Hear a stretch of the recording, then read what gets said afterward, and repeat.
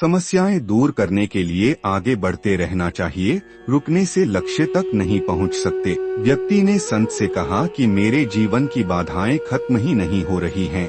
संत उसे एक नदी किनारे ले गए और किनारे पर खड़े होकर कहा कि जब ये नदी सूखेगी तब हम आगे बढ़ेंगे। किसी भी बाधा को दूर करने के लिए हमें आगे बढ़ते रहना जरूरी है। अगर रुक जाएंगे तो कभी भी लक्ष्य तक नहीं सकते हैं।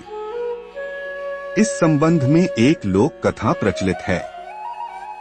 कथा के अनुसार एक व्यक्ति के जीवन में समस्याएं बहुत अधिक थीं। बचपन से ही उसे परेशानियों का सामना करना पड़ रहा था।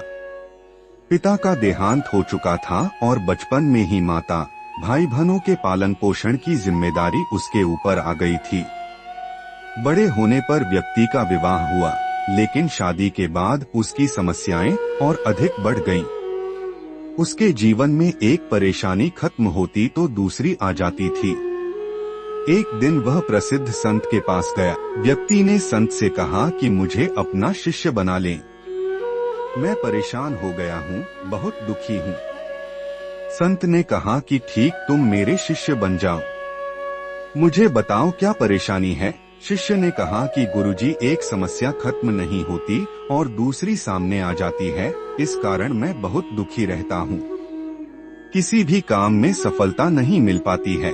गुरु ने कहा कि ठीक है, मैं तुम्हारी समस्याओं का हल बता दूंगा।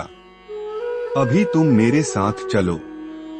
गुरु नए शिष्य को लेकर नदी किनारे गए।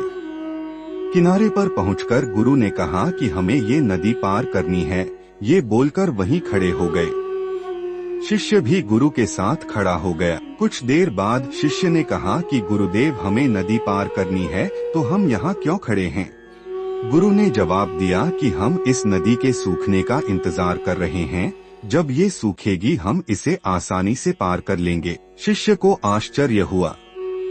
वह बोला, गुरुजी, ये कैसी बात कर रहे हैं? नदी का पानी कैसे और कब सूखेगा? हमें नदी को इसी समय पार कर लेना चाहिए। संत ने कहा कि मैं तुम्हें यही बात समझाना चाहता हूँ। जीवन में भी समस्याएं तो आती ही रहेंगी। हमें रुकना नहीं है, लगातार आगे बढ़ते रहना है। तभी तो हम उन्हें हल कर पाएंगे। आगे बढ़ते रहेंगे तो समस्याओं के हल मिलते जाएंगे। अगर रुक जाएंगे तो एक भी बाधा पार नहीं हो पाएगी। शिष्य को गुरु की बात समझ आ गई और उस दिन के बाद उसकी सोच बदल गई।